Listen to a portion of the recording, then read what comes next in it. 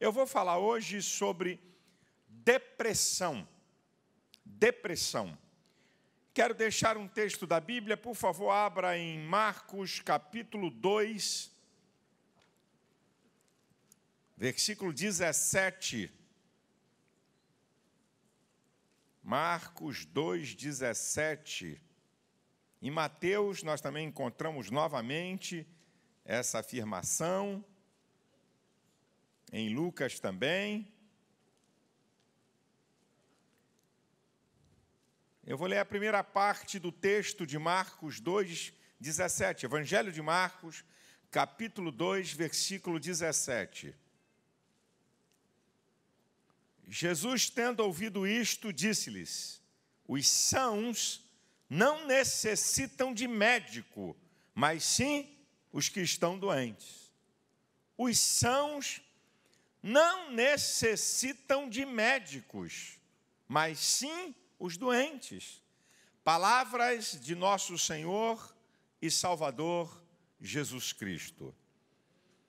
A depressão, como definições simples, né?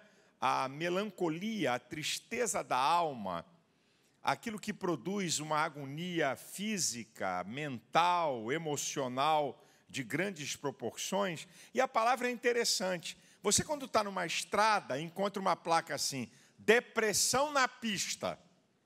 Significa que vai haver um desnível da pista para baixo. Depressão na pista, a pista aqui vai ter uma caída. Ela vai descer a pista. Depressão na pista. Né? Já ouviu muitas vezes na estrada, tem essa palavra para o motorista: cuidado, depressão. Ela vai sair do normal para uma situação inferior. É exatamente isso. O emocional fica debilitado numa instância inferior. A depressão, ela pode ser endógena, isso é, por fatores internos do organismo, a questão hormonal, de células, de glândulas, a química do organismo, certo? Essa depressão tem que ser tratada com terapia medicamentosa, tá? Também, não é? O principal eixo dessa depressão é que a pessoa tem que tomar remédio para equilibrar esses desequilíbrios que estão internamente. E a outra depressão é a depressão reativa, isso é, são as nossas reações às pressões do mundo, às pressões da sociedade, perdas, injustiças, indecisões, questões de relacionamentos. Então, a depressão que é de agentes externos pressionando o nosso emocional. Essa depressão tem que ter um tratamento psicoterápico, ou ela também pode envolver também tratamento medicamentoso. Mas a depressão e as doenças do coração são as mais terríveis ou os piores males que têm acontecido na humanidade com o ser humano. Não respeita raça, não respeita região, continente e não respeita idade. Essas duas doenças são o top das doenças que atormentam o ser humano. Agora, é incrível que a depressão é a menos diagnosticada e é uma das mais terríveis em debilitar o ser humano. Ela está entre as enfermidades menos diagnosticadas e está entre as enfermidades que mais vai debilitar o ser humano. Para vocês verem a brincadeira. A questão é que muitas pessoas não são diagnosticadas para o conhecimento da doença, que tem a doença, por dois motivos. Uma, falta de informação, e uma outra questão é não aceitação da doença como uma realidade. como uma verdade. Ela é uma doença. Ela é uma doença. Não tem mamãe me chora. Então, o problema de tratamentos de depressão é que o desconhece a realidade da própria doença, não tem diagnóstico, não faz diagnóstico. E a outra é que, mesmo reconhecendo, muita gente não aceita a doença como uma verdade. Isso é, ela é uma doença legítima. Agora, tem um outro dado. Muitas pessoas que buscam ajuda e que sabem que têm depressão, elas são estigmatizadas por um público desinformado que pensa que a depressão é deformação de caráter. Isso é preguiçoso. Não, é preguiçoso. Não completa nada. Deixa tudo pela metade. Então, mesmo pessoas que buscam ajuda para a depressão, ainda vão se debater com um público, não é? Vão ser estigmatizadas por um público que não tem a informação e que pensa que a pessoa que está com depressão é porque é vagabundo, porque é preguiçoso, porque não quer nada, porque não quer trabalhar, porque não se esforça para nada, quando ela possui uma doença que vai debilitá-la dentro dessas áreas. Eu quero mostrar para você, aí eu vou botar na tela, eu quero mostrar para você, já, os sintomas da depressão. Se parte desses sintomas estiver em você, depressão à vista. Ok? Eu vou te mostrar os sintomas, certo? 1, 2, 3. Não. Isso aí não. Isso aí não quer dizer. Mas, se grande parte desses sintomas estiverem na sua vida, grande parte, não estou falando de 1, nem de 2, nem de 3, é um sinal de depressão. Põe aí na tela, vamos começar, só para você ter uma ideia. Vamos lá? Sintomas da depressão, tá? Se persistirem por mais de 2 semanas, a maioria desses sintomas, busque ajuda. Troca a tela.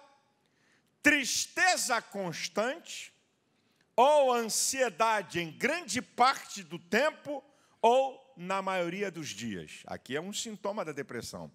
A tristeza, sempre triste, certo? Tá? Ou uma ansiedade na maior parte do tempo da pessoa ou por dias. Outro, sentimento de desesperança, pessimismo, baixa estima, sentimentos negativos constantes, tá? Não vai dar certo nada, tudo que eu faço dá errado, não vou conseguir, não vai adiantar, sabe? Isso vai dar errado, sabe? Esses sentimentos, tá? De maneira constante. Vamos lá? Sentimentos de culpa, impotência ou inutilidade, sabe? Tudo eu que erro, sou eu mesmo que erro, eu só faço bobagem, eu nunca acerto nada, eu não estou capaz para nada, eu não consigo resolver isso. Troque. Perda do interesse, ou perda do prazer em atividades que eram apreciadas, inclusive a sexual. Certo? Não é porque o cara está ficando alguma coisa. É depressão. Certo? A depressão atinge essa área. A pessoa perde interesse ou prazer em coisas que ele gostava de fazer. Inclusive a área sexual, o casal. Certo? Perde, não quero ir, não quero fazer nada. Sabe? O cara gostava de praticar um esporte, não quer mais. Certo? Gostava de passear de vez em quando com a família, não quer mais saber. Outra. Insônia ou dormir muito. Aí começam os extremos.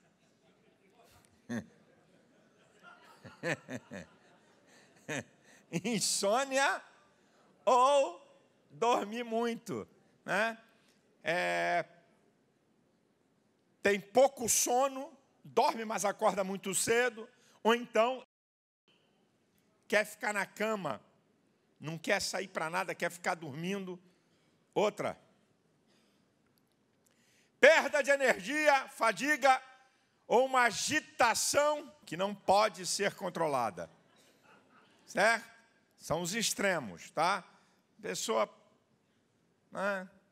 não tem força para nada, já acorda cansada.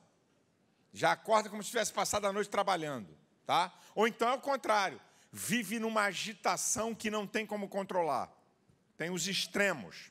Tem pessoas que um extremo, né, a perda de energia e fadiga, e a outra pessoa que, apesar de mostrar energia, né, mas é uma agitação, não é energia, o tempo todo. Vamos lá, outra. Falta de apetite vai gerar perda de peso, ou então o contrário. A pessoa come igual um lontra e ganha peso, tá? Come além da conta. Outra. Sentir grande dificuldade em realizar tarefas simples. Coisa fácil. Que era capaz de fazer, que sempre fez e que agora tem dificuldade. Outra. Pensamentos de morte, certo? Tentativa de suicídio, tá? Sentir constantemente que a vida não vale a pena ser vivida. Se a vida acabasse agora, estava bom. Outra. Inquietação, irritabilidade, mau humor, nunca se sente relaxado ou disposto. Certo? Outra. Dificuldade de concentração, de lembrar de coisas, de tomar decisões, pensamentos negativos. Você está vendo como é que são? Você não pode, por um item, ou por dois, ou por três, você dizer que uma pessoa está em depressão, certo? Porque essas coisas que eu estou citando acontecem na nossa vida. De vez em quando você está irritado, de vez em quando você está desanimado, né? De vez em quando você está numa ansiedade. Mas não estamos falando de vez em quando. Estamos falando por sintomas que persistem por mais de 2 semanas na vida da pessoa e a maior parte deles. E outra, ansiedade constante que não acaba, preocupação constante com coisas pequenas. Está preocupado com coisa que não tem valor nenhum, sabe? Fica preocupado. Coisa pequena, coisa que não tem peso em escala de valor. Amor. Isolamento social por causa da dificuldade de ter uma simples conversa. A pessoa se isola. Dificuldade de se comunicar, de falar com a outra, não quer falar com ninguém. Certo? Tem mais uma. Problemas com alcoolismo ou colapso nervoso. De repente começa a beber. Há um sintoma de depressão. Agora, interessante a gente observar alguns sintomas. Se a maioria desses sintomas estiverem na sua vida, busca ajuda.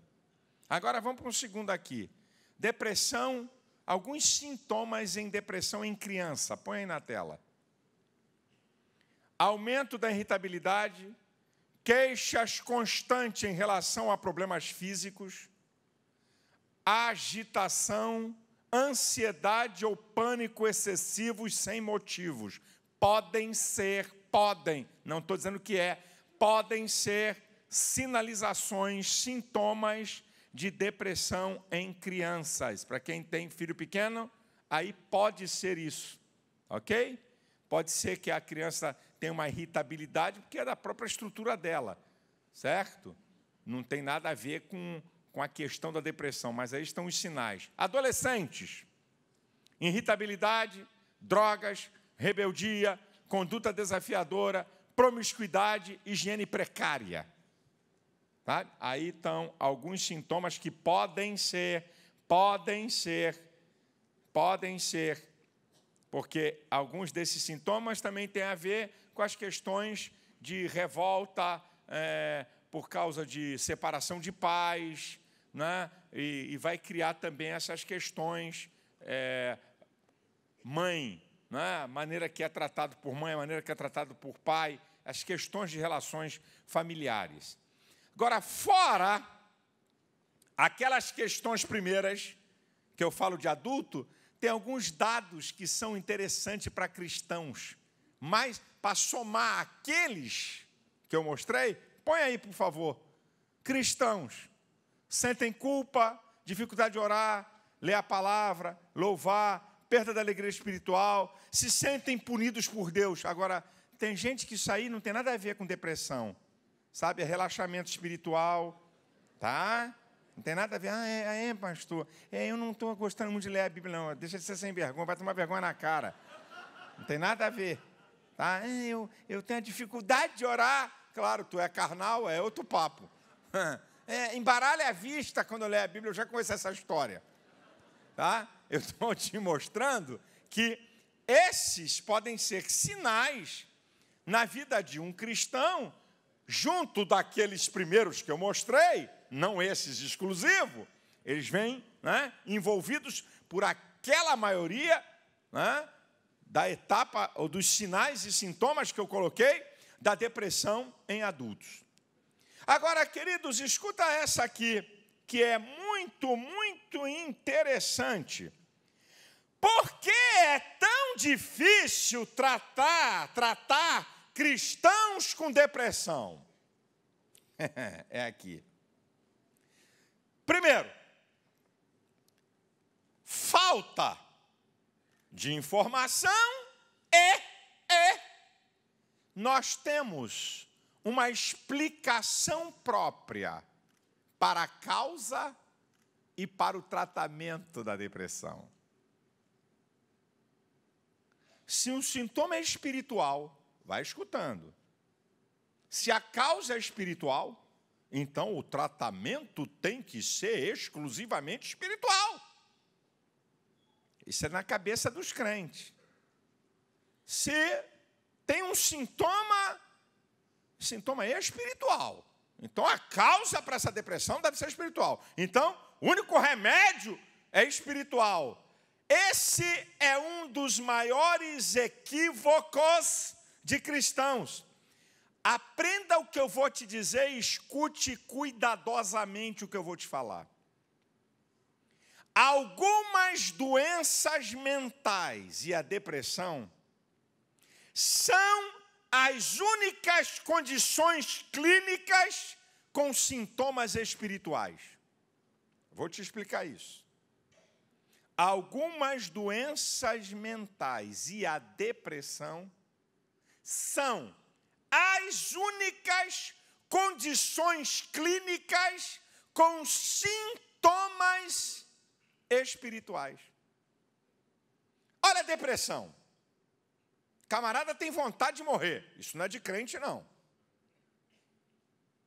Não quer ler a Bíblia. Não quer orar. Não quer vir para a igreja. Não quer se relacionar com irmãos. Isso é espiritual. Engano. Porque uma pessoa depressiva, ela tem transtorno de humor. Ela não quer vir à igreja por relaxamento espiritual. Ela não quer orar porque não quer ter comunhão com Deus. Ela não quer ler a Bíblia porque está esfriando na fé. Não é questão de espiritualidade, não é questão de pecado e não é questão de capeta. É questão de doença.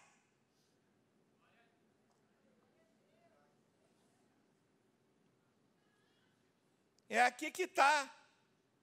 Porque os crentes querem tratar a depressão como uma questão espiritual. Porque os seus sintomas são sintomas espirituais. Sintomas. Isso que eu acabei de falar. Quando você vê um camarada que não quer vir para a igreja, quando você quer ver essa pessoa está com desejo de morrer, olha, o diabo está atacando ele. Esse cara não quer orar, não quer se relacionar com os irmãos, esses sintomas têm a ver com espiritualidade. Aqui é que está o nosso equívoco. Não! É resultado na espiritualidade da depressão. O resultado na espiritualidade é por causa de uma doença. E o que é que nós temos que entender? O que é que os crentes têm que entender? Os cristãos têm que entender que o tratamento médico médico não enfraquece a fé. Não foi Pedro, não foi Paulo, não foi João, foi Jesus. Os sãos não precisam de médicos, mas os doentes. Foi Jesus que falou isso, gente. Não foi nenhum apóstolo. O que Jesus está dizendo com isso? Que se você estiver doente, ou Jesus cura, ou você corre para procurar o médico. Nós sabemos que Jesus tem poder de curar qualquer enfermidade. Ele cura a todos? Se curasse a todos, eu botava um irmão na porta de cada hospital. Íamos quebrar um galho, que é um dos maiores problemas da sociedade, é a questão do serviço público na área médica. É uma ferida no Brasil. A gente pegava os crentes, botava na frente do hospital, chegava a ambulância, está repreendido, volta. Você sai, está malado. Sai, volta. Você com a tá curado, volta. Não havia médico, tá certo? E acabou. Agora, sabe qual é a história? É o preconceito pela falta de conhecimento das questões de doenças emocionais e mentais. O crente não tem problema. Está com problema nos olhos? Corre para o oftalmologista. Está com problema de coração? Vai para o cardiologista. Está com a criança doente? Vai para o pediatra. Está sentindo mal-estar? Vai para um clínico geral ou um clínico médico. Agora, se tem problema na área da depressão, que precisa procurar um psiquiatra, porque só ele pode dar terapia medicamentosa a quadros depressivos que precisam de remédio, ou procurar um psicólogo para uma psicoterapia, aí tem preconceito. Vou falar de 2 fatos da minha vida, um da minha esposa e um meu. Aí precisei levar minha esposa por uma questão num psiquiatra. Cheguei no consultório, um psiquiatra cristão de alto nível. Cheguei no escritório, na sala de atendimento, no consultório dele. Estou na sala de estar. Aí chega 2 crentes. O senhor está aqui, pastor? O senhor aqui? Sim. O que o senhor está fazendo aqui?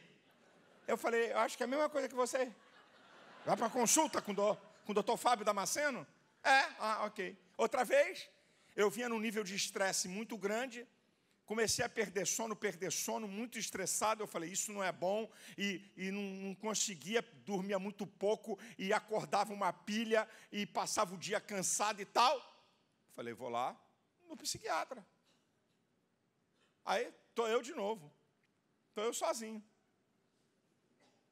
Aí chega o irmão, pastor Silas Malafaia! Tudo bem? O senhor aqui? O que o senhor está fazendo aqui? Eu falei, eu estou desconfiado que é a mesma coisa que você. Você vai ter uma consulta? Mas o senhor? Quase. Aí eu falei, eu vou ficar quieto, que aí eu vou começar a exagerar. Aí eu falei, quase que eu digo assim, mas eu pensei, é porque eu sou um ser intergaláctico. Um marciano, talvez, ou de uma outra galáxia, eu não preciso de médico. Certo? Eu devo ser, porque a pessoa fica espantada. Uma vez eu fui orientar um pastor. Eu falei, rapaz, você está precisando de uma terapia. Como é que eu fico na antessala do terapeuta, irmão? Irmão, estão dando a sugestão aqui, sentado esperando ser chamado. Mas a minha vontade não foi dizer isso, não. A minha vontade foi dizer, morra, ô infeliz, idiota. Essa que foi a minha vontade, estou expondo aqui. Morra! Você vê, preocupado com a demanda dos outros. Preocupado com o que alguém vai pensar de mim. Porque há uma ideia na sociedade de quem procura psiquiatra é maluco. O povo não sabe de nada. Quem procura psicólogo já melhorou muito, mas assim mesmo, quem ainda procura psicólogo deve estar com algum problema. Não. Quem procura o otorrino é porque está com a garganta boa.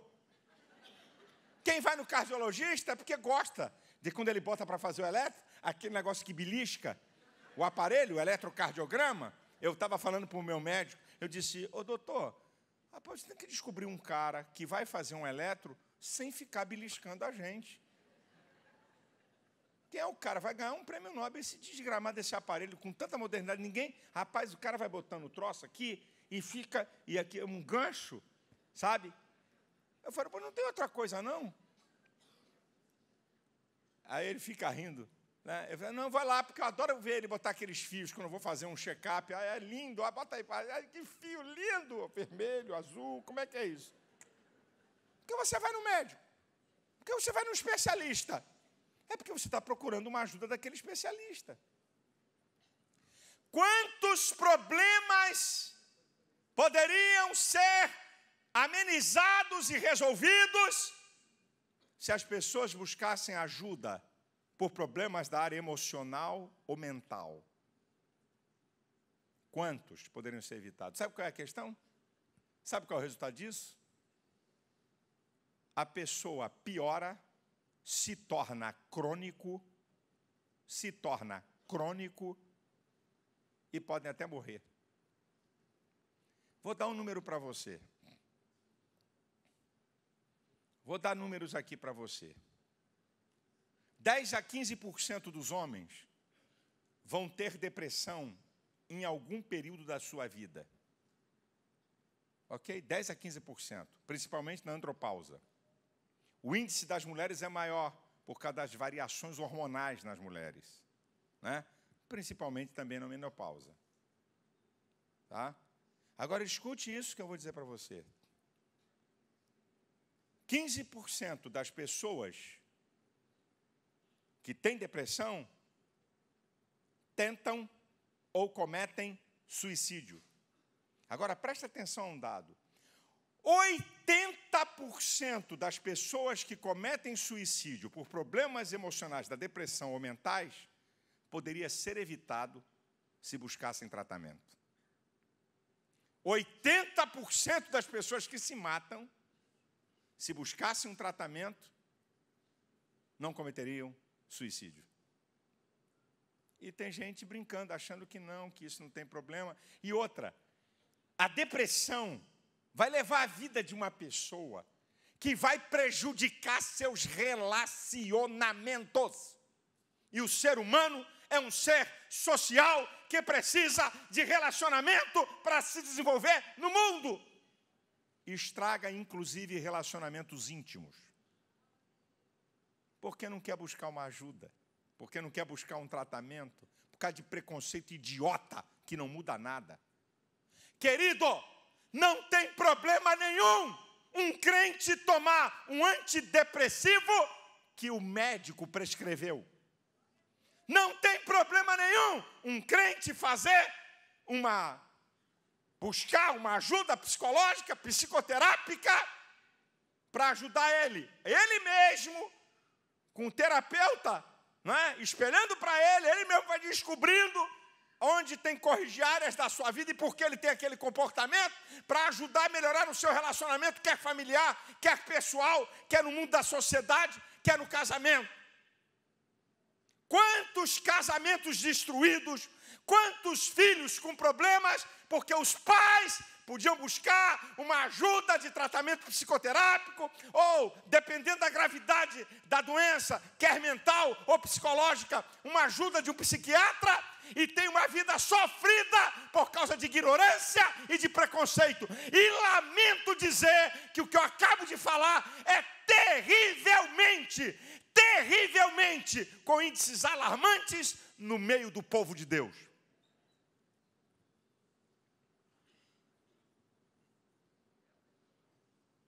É incrível esse negócio. É incrível.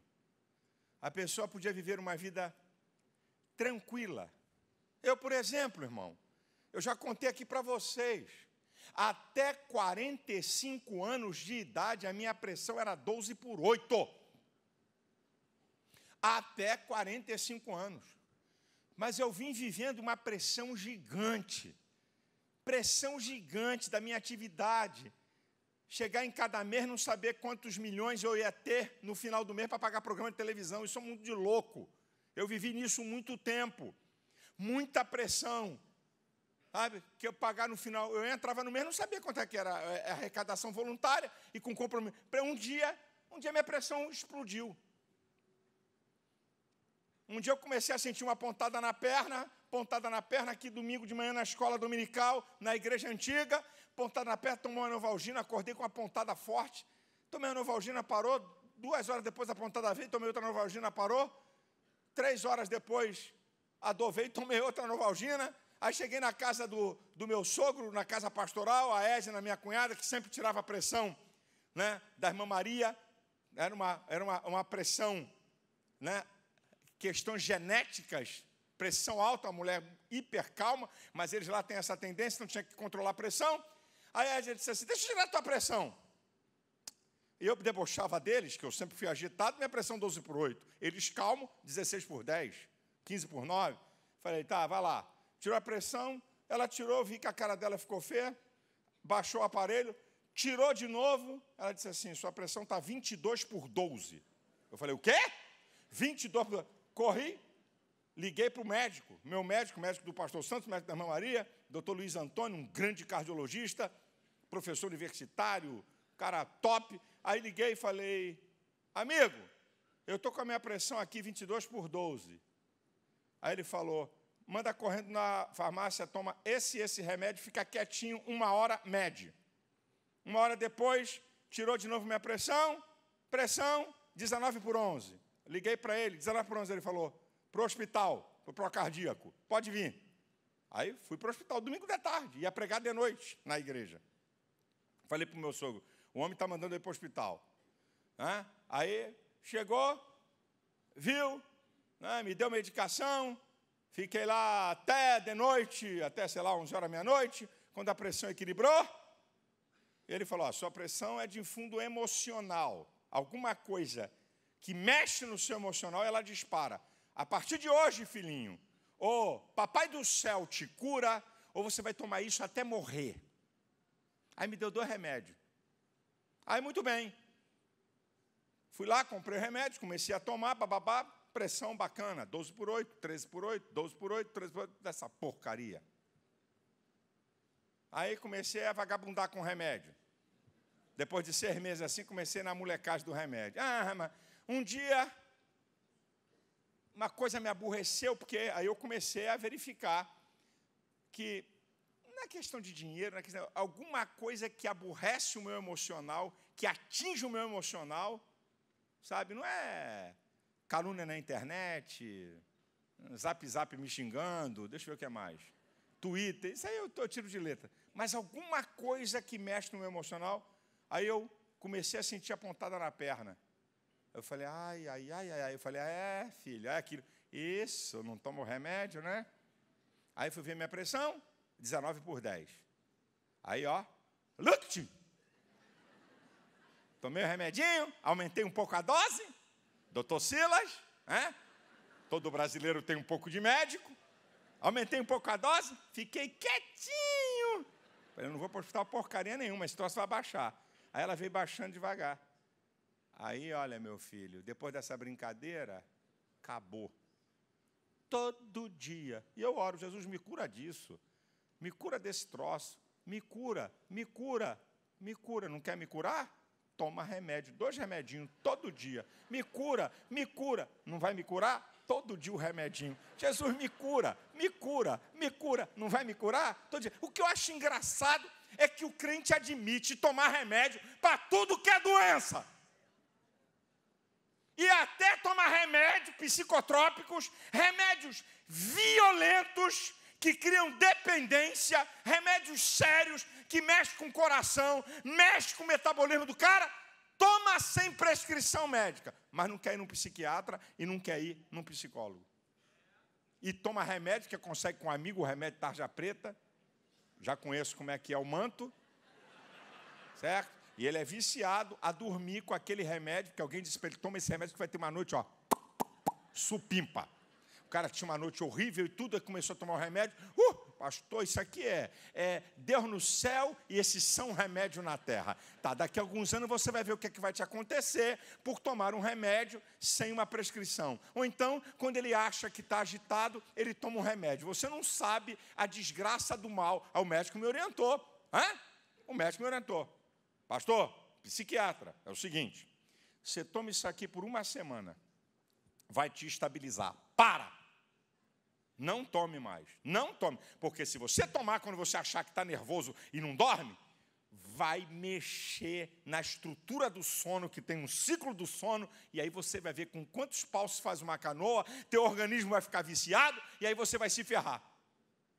É o que muita gente faz. Ele prefere se medicar com medicamentos que você não consegue comprar em nenhum lugar nos Estados Unidos, porque se pegarem, o cara vai preso. Se o farmacêutico americano vender um remédio que o nego compra aqui no Brasil, não é negócio de... é cadeia. Coisa seríssima. E o nego toma aqui como se fosse água.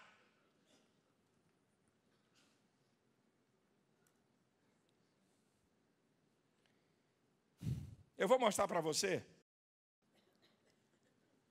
alguns casos de depressão na Bíblia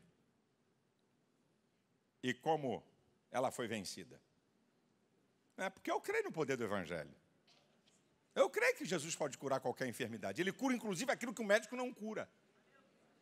Porque Deus tem uma coisa chamada milagre, incomum, inusitado, extraordinário, que nem o médico consegue, mas que o Deus Todo-Poderoso pode fazer na vida de qualquer um aqui.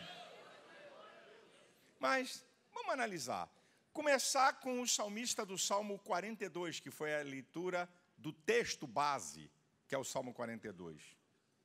No versículo 3, não precisa abrir não, só quem me acompanhar, eu vou sintetizar. No versículo 3, ele diz que ele se alimenta de lágrimas todo dia. Choro constante é um sintoma de depressão. No versículo 6, ele diz que está abatido. No versículo 9, ele diz que Deus se esqueceu de mim. Se sente desprezado.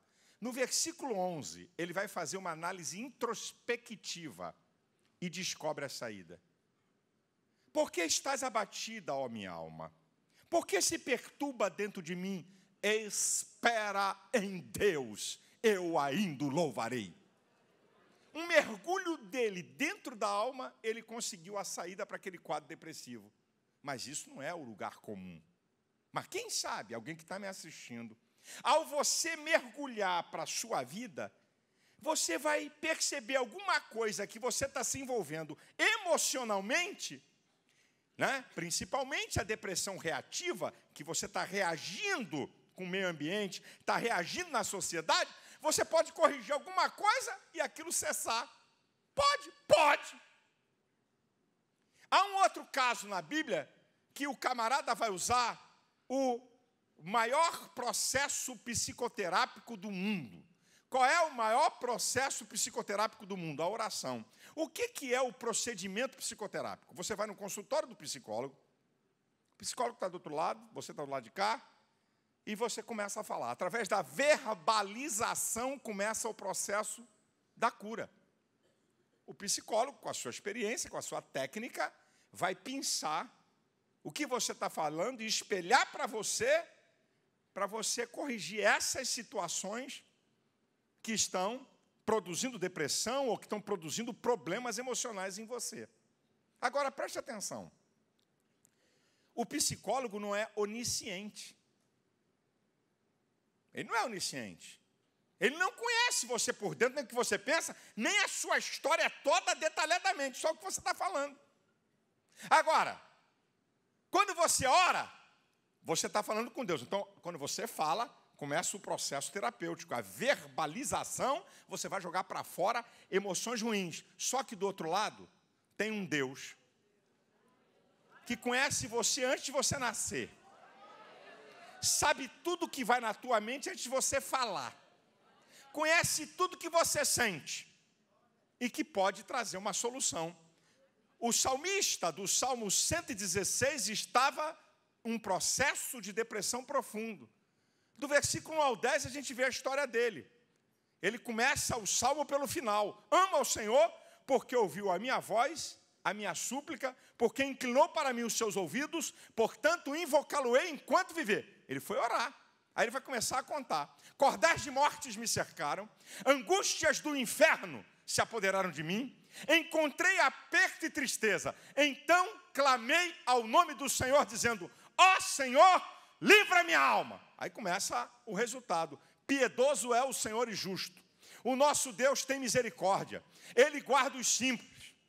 Livrou a minha alma da morte, os meus olhos das lágrimas, os meus pés da queda. Andarei perante a face do Senhor na terra dos viventes. Criei e por isso falei. Estive, não estou mais, estive muito aflito.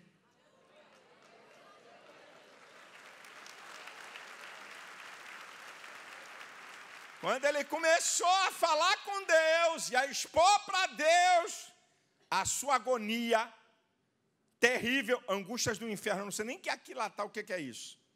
Angústias do inferno é angústia que mata o cara, que leva ao suicídio. É isso que ele está querendo falar. Angústias do inferno se apoderaram de mim. Encontrei aperto e tristeza, um quadro emocional grave. Foi orar e recebeu a resposta de Deus que arrancou ele desse quadro. Tem um outro caso na Bíblia do profeta Jonas. Não é? O capítulo 4 do livro de Jonas, não precisa, só se você quiser anotar. No versículo de número 3, ele deseja morrer. No versículo de número 4, ele está ressentido.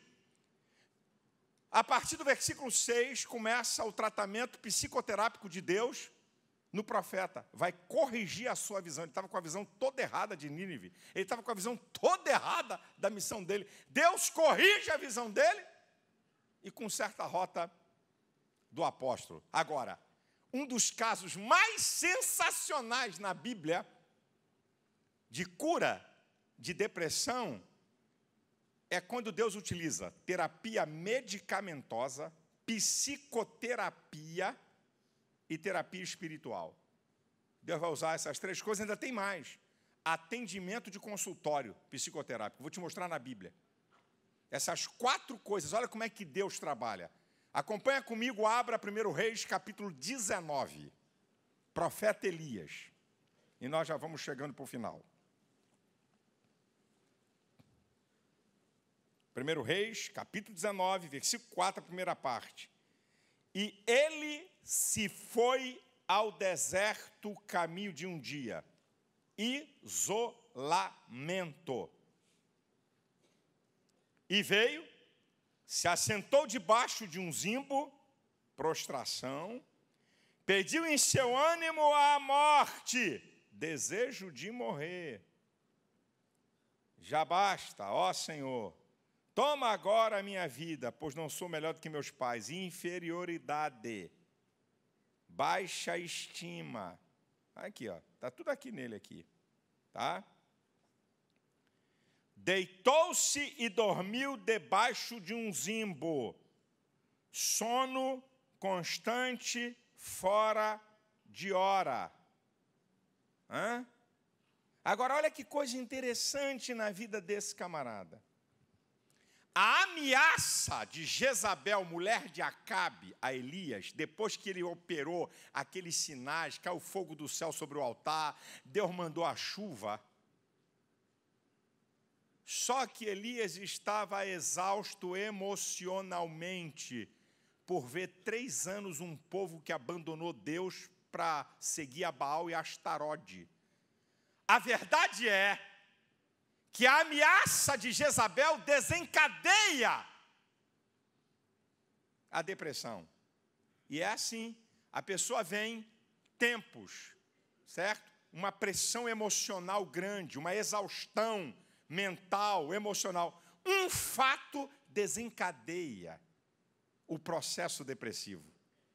É exatamente. Quando a mulher, imagina, gente, um cara que debocha de 450 profetas, constrói um altar, bota sacrifício sobre o altar, manda jogar 12 cântaros de água, debocha, faz uma oração, cai fogo, o povo se reconcilia. Depois ele diz, o que você está vendo aí? Vai lá, 1, 2, 3, 4, 5, 6, 7, uma nuvem do tamanho da mão do homem. Avisa ao rei que vem chuva. Cara, e depois disso tudo, a mulher de Acabe diz assim, avisa ele, se a cabeça dele vai estar no lugar, se eu não vou fazer a mesma coisa com ele do que ele fez com os profetas, que era tudo amiguinho da santa. Aí o cara deseja morrer, aí desencadeou o processo de depressão nele. Vai para um lugar distante, isolado, se prostra, tem ânsias de morte, desejo de morte, dormir fora de horário. Está tudo aqui, se sente o pior. Agora vai chegar Deus para o processo terapêutico para curar esse cabra. Vamos para a Bíblia. Interessante isso aqui. Muito interessante. Versículo 5, 6 e 7. Deitou-se e dormiu debaixo de um zimbo. E eis então um anjo tocou e lhe disse, levanta-te e come. E olhou, e eis que à sua cabeceira estava um pão cozido sobre as brasas, uma botija de água, comeu, bebeu, tornou a deitar-se. O anjo do Senhor tornou a segunda vez, o tocou e disse, levanta-te e come, porque muito comprido te será o caminho. Primeiro, terapia medicamentosa. Esse cara está sem comer, esse camarada está enfraquecido, ele precisa de proteína, ele precisa revitalizar o corpo. Tem um pão assado e água para o cara. Isso aqui é terapia medicamentosa de Deus em cima do profeta. Coisa linda, coisa linda.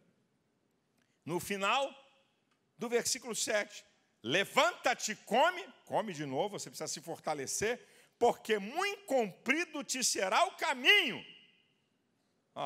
Processo psicoterápico, injetou ânimo. Ele estava desejando morrer, para ele a vida tinha acabado. Não acabou agora não, meu filho. Longa é a tua caminhada. É o que Deus está dizendo aqui para alguns. Você pensa que por causa de toda essa depressão, essa angústia da tua alma, essa problemática, a coisa está no final. Deus está mandando dizer para você que está aqui e para você que está me assistindo, longa é a tua caminhada.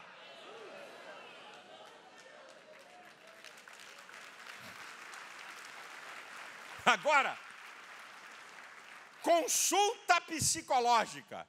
Elias vai sentar no divã de Jeová. Elias vai chegar no consultório de Jeová. Olha aqui, tratamento. Rapaz, é linda a Bíblia. Deus vai fazer um tratamento igual um psicólogo faz. Escuta essa, versículo 9.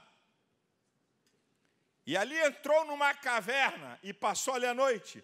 E eis que a palavra do Senhor veio a ele e disse, que fazes aqui, Elias?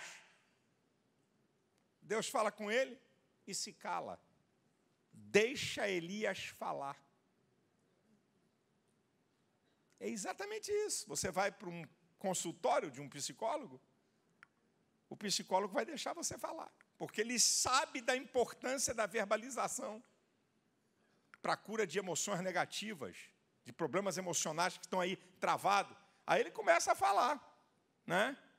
Ele começa a falar. Aqui, E ele disse, tenho sido muito zeloso pelo Senhor. Ele começa a falar. Aí você vai chegar no versículo 13. E sucedeu que, ouvindo Elias, envolveu o seu rosto na sua capa, saiu para fora, pôs-se à entrada da caverna, e eis que veio a ele uma voz que dizia, que fazes aqui, Elias? Continua o processo do consultório de Jeová. E ele vai falar. E Deus vai corrigir, sinalizando para ele que a visão dele está errada. Como é que é? Só você ficou? Só você que é fiel? Só você que é zeloso e por isso está sofrendo essa pressão? Tem mais 7.000 Elias que não dobraram o seu joelho a Baal. E a casa caiu. Não é só eu, não, tem mais 7.000. Agora, tá vendo? Terapia medicamentosa, psicoterapia, consultório, Deus fala, deixa ele falar, e você vai ver nisso aqui tudo, porque está no texto, certo? A presença de Deus. A presença de Deus. Terapia espiritual. A presença de Deus. A presença de Deus. A presença de Deus. Deus estava ali, se manifesta de várias formas, e ele escuta uma voz mansa e suave. Deus falando com ele, com muito cuidado, com muito carinho, porque o profeta estava machucado pelas situações da vida. Está aqui Deus tratando de um camarada em todo um processo que é preciso se passar. Por que Deus não chegou para Elias e disse assim: está curado, está repreendido, eu declaro que não há problema? Olha, Deus não podia fazer? Olha, o que Deus não pode fazer? Ele faz o que Ele quer, diz a Bíblia. Que o Senhor está nos céus e faz tudo o que lhe apraz. Mas Deus está mostrando a ele os equívocos da sua maneira de pensar, para que depois, porque ele podia ser curado daquele quadro e daqui a pouco ele estaria pensando errado de novo e encontrar outro túnel de problemas emocionais. Então o Senhor faz um tratamento para nunca mais ele entrar. Talvez é o que está faltando para você. Se você buscar um socorro com um psicólogo, você vai fazer um tratamento, não é passar 10 anos em psicólogo, não. Não é nada disso.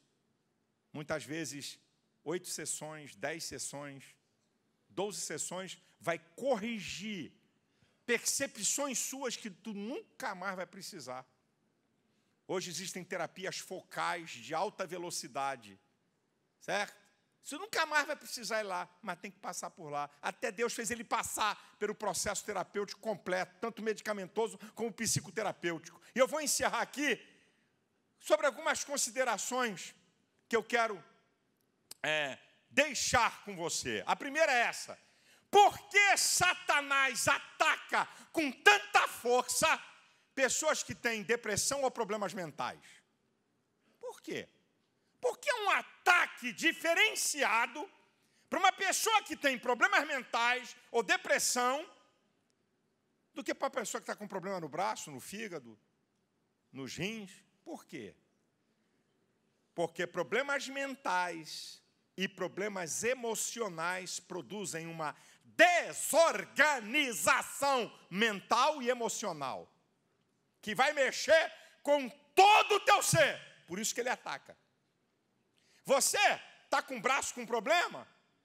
Bota o braço, tipóia que fala, bota na tipóia e tu está lá. Eu fui, rapaz, numa empresa uma vez, ganhei até um susto.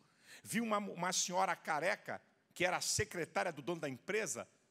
Aí eu falei, ele falou, câncer avançadíssimo. Ela disse que ia trabalhar. Eu disse que não vai ficar em casa para morrer, não.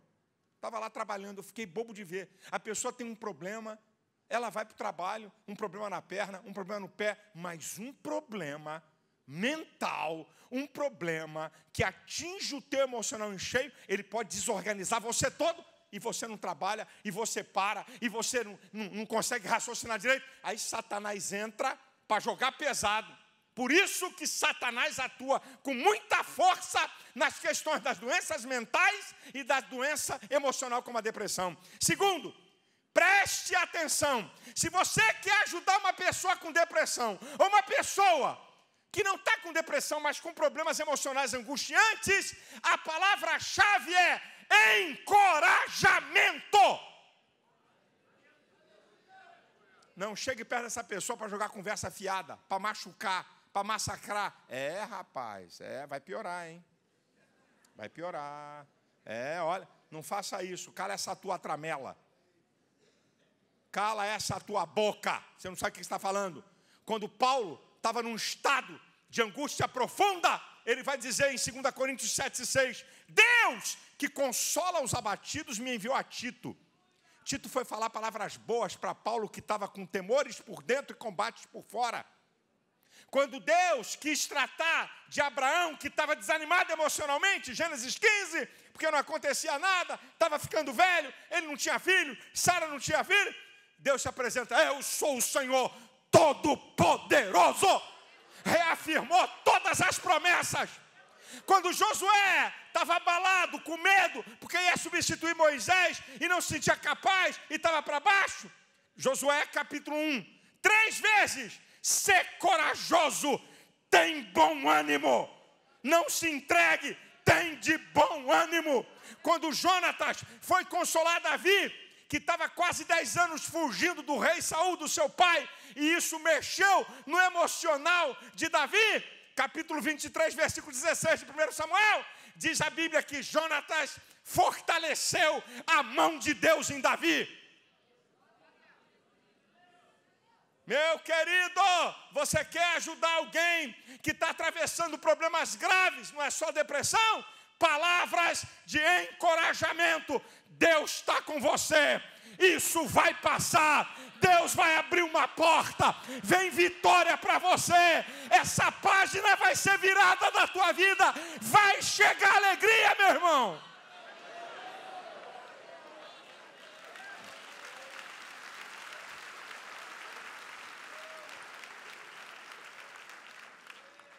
Penúltimo lugar, vamos aprender com José e Paulo, que se utilizam de uma mesma coisa.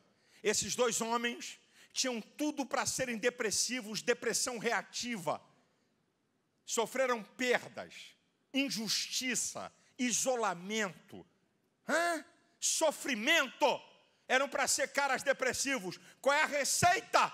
Qual é a receita de José, que é a mesma de Paulo?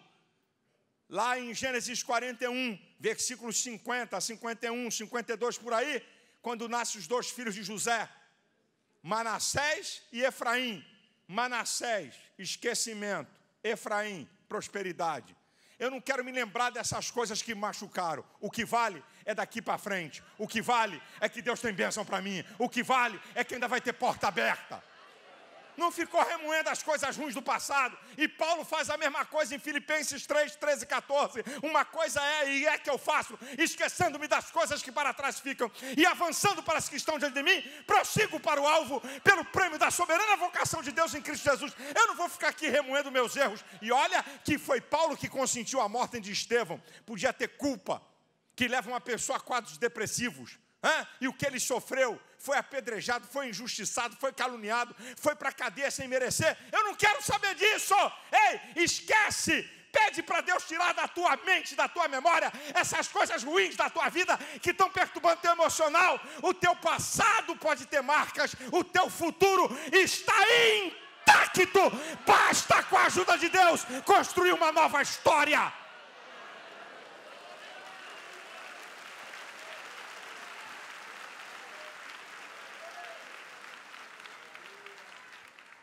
E eu termino para animar você.